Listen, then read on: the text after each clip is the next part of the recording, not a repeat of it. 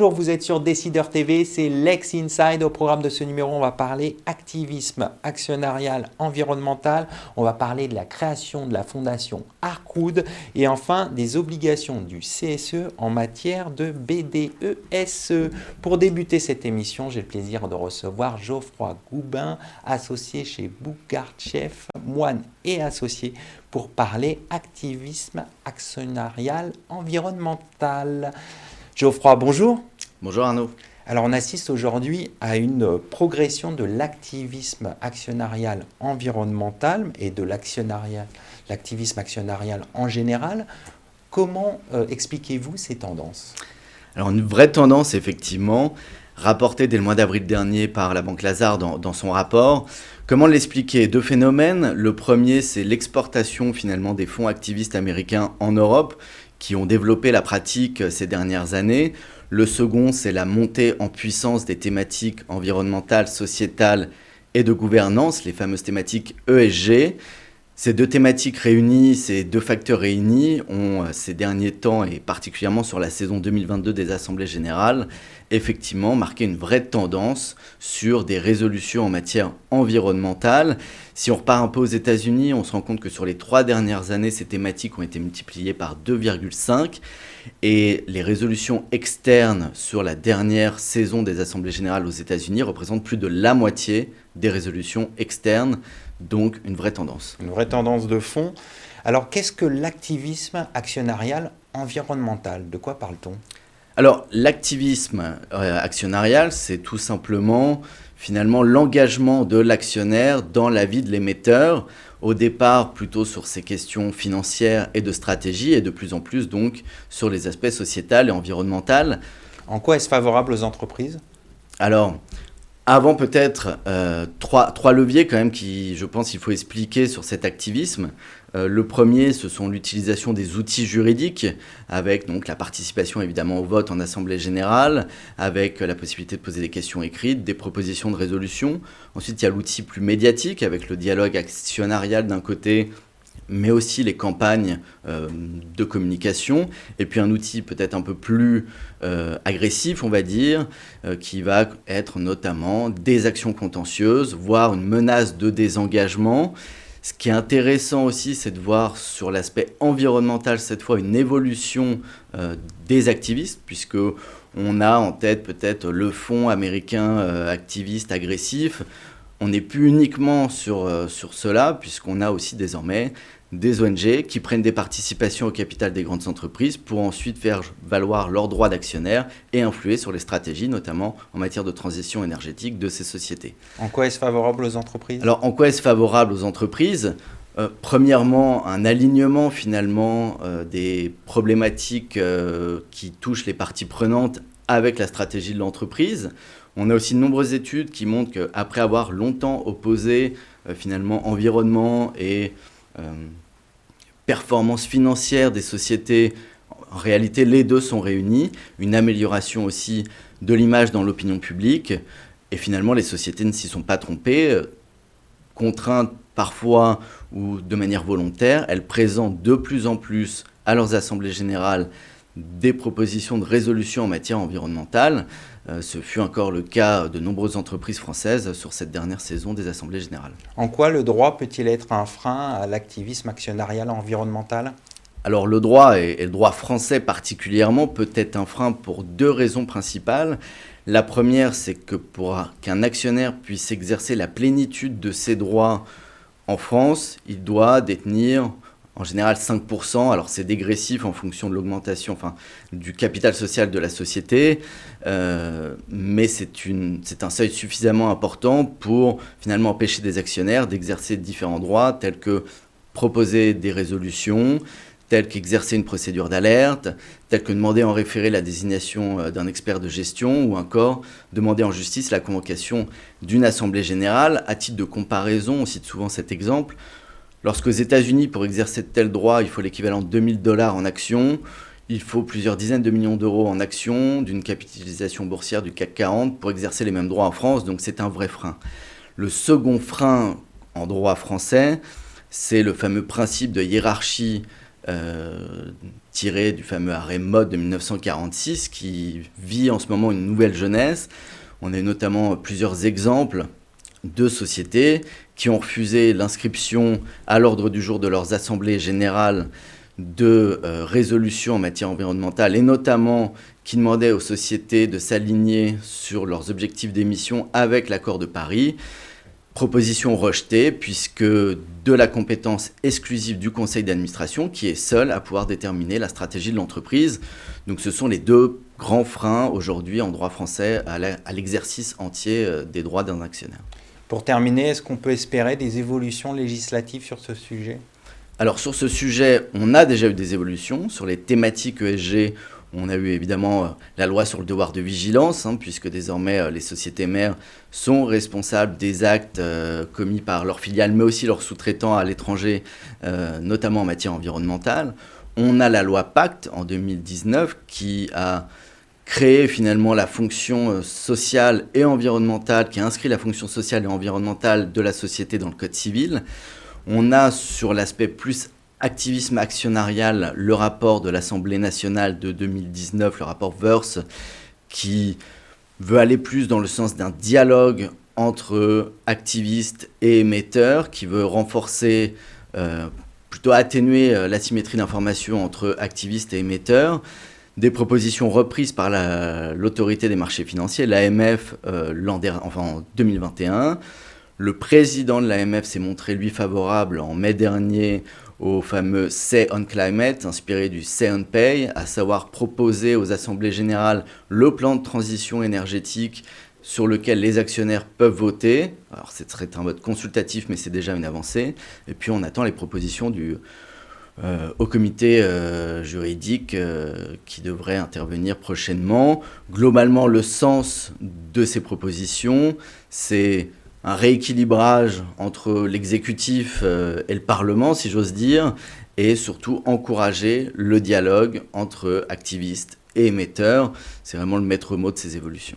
On va conclure là-dessus. Merci d'être venu sur le plateau de Lex Inside. Merci.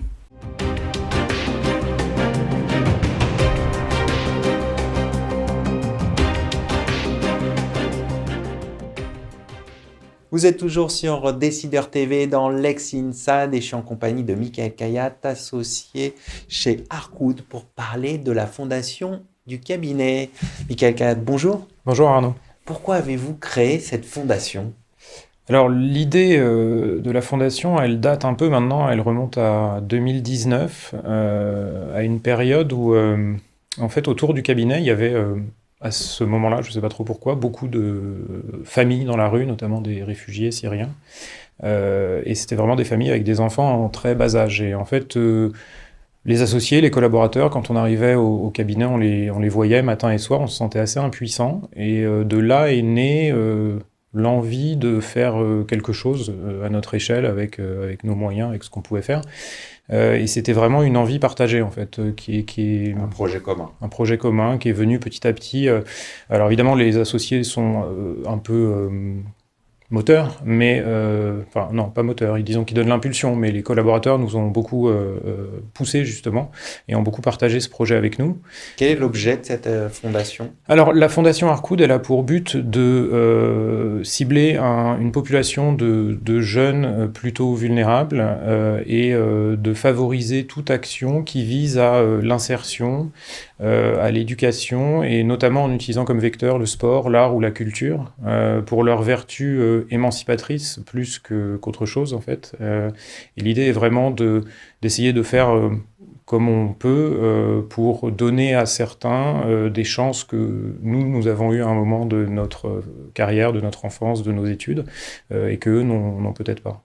Quelles sont les actions que vous avez menées avec cette fondation ? Alors l'objectif, la façon de fonctionner, c'est vraiment non pas de porter nous-mêmes des actions, on en serait bien incapable. L'idée, c'est vraiment de se fédérer autour de certains projets en s'appuyant sur des associations qui sont déjà actives, qui ont déjà des projets qu'elles portent. Et on a vraiment essayé de se positionner, alors non pas seulement comme un pourvoyeur de fonds, c'est-à-dire non pas seulement de collecter des fonds et de les reverser à ces associations. L'idée, c'est de venir en partenariat avec des associations qu'on a sélectionnées sur certains projets spécifiques, apporter non seulement un concours financier, mais aussi s'impliquer nous personnellement, ce qu'ils souhaitent au sein du projet. Quelles sont les associations que vous avez soutenues, par exemple? Alors là, depuis janvier, on a lancé un premier tour de table avec une association qui s'appelle Article 1, Sport dans la ville. On a aussi une petite association très active qui s'appelle What Dance Can Do, qui utilise vraiment la danse, cette fois, comme vecteur d'émancipation et de cadrage, avec notamment un projet qui me tient beaucoup à cœur, qui vise les populations de migrants isolés, de jeunes migrants isolés qui arrivent en France et pour qui parfois ce cours de danse hebdomadaire avec à la fin de l'année un spectacle est vraiment le seul point d'ancrage, enfin le seul point fixe dans un quotidien qui est très ballotté entre des centres d'accueil, des changements multiples et variés, et ils ont vraiment ce petit point-là qui vient un peu les aider à s'appuyer et puis qui leur permet aussi souvent d'exprimer des choses qu'ils ne peuvent pas exprimer autrement. Donc ça, c'est l'association What Dance Can Do. On a, donc article 1, j'en ai parlé, l'association Télémac, qui, elle, accompagne des jeunes. Là aussi, c'est tourné vers l'art et la culture. L'idée, c'est vraiment un partenariat qui permet d'accompagner sous forme de mentoring certains jeunes adultes. Et également de les accompagner dans des sorties culturelles, donc une pièce de théâtre, une sortie au musée avec un guide, et ça allie vraiment donc à la fois des liens personnels qui peuvent se créer avec le mentor et en même temps la possibilité d'ouvrir nos personnes dont on est les mentors à certains sujets culturels, artistiques. Comment financez-vous cette fondation et comment assurez-vous sa pérennité? Alors la fondation, elle a été créée par le cabinet, donc c'est le cabinet qui s'est engagé auprès de la Fondation de France, parce que c'est une fondation sous égide de la Fondation de France.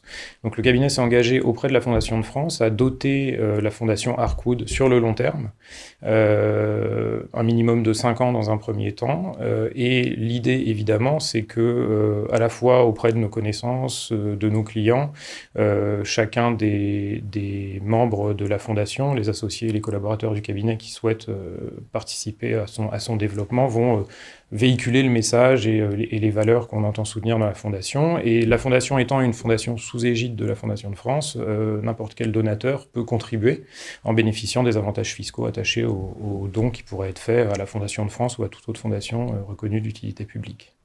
On va conclure là-dessus. Merci d'être passé sur notre plateau. Merci Arnaud.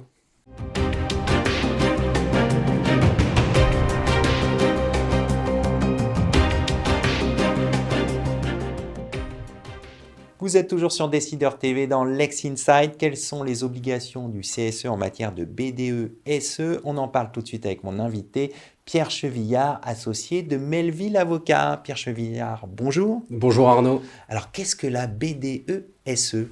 Alors, la BDE-SE, c'est la base de données économiques, sociales et environnementales. C'est une base de données, c'est un outil qui comporte l'ensemble des informations qui seront communiquées au CSE comme support pour les consultations et informations récurrentes. À quel enjeu répond-elle? Alors, à plusieurs enjeux, cette BDE-SE, elle a vocation à fournir un certain nombre d'informations pour le bénéfice des membres du CSE qui sont destinataires de ces informations. Quel est le cadre légal et quelles sont les entreprises concernées? Alors, le cadre légal, la BDE-SE, elle existe depuis maintenant plus de 9 ans. Elle a été récemment modifiée, c'est d'ailleurs l'objet aujourd'hui de notre échange. Mais tout d'abord, cette BDE-SE, elle est obligatoire pour les entreprises d'au moins 50 salariés. Le contenu de cette BDE-SE a récemment été modifié. Dans le cadre de la loi Climat et Résilience, le législateur a donné au CSE une compétence large en matière environnementale. Dans le prolongement de cette loi Climat et Résilience, le décret du 26 avril 2022 est intervenu afin d'enrichir le contenu de cette BDE-SE. Cette BDE-SE le contenu peut être défini soit dans le cadre d'un accord collectif qui concerne l'organisation, le fonctionnement et le contenu même des informations qui sont contenues dans cette BDESE.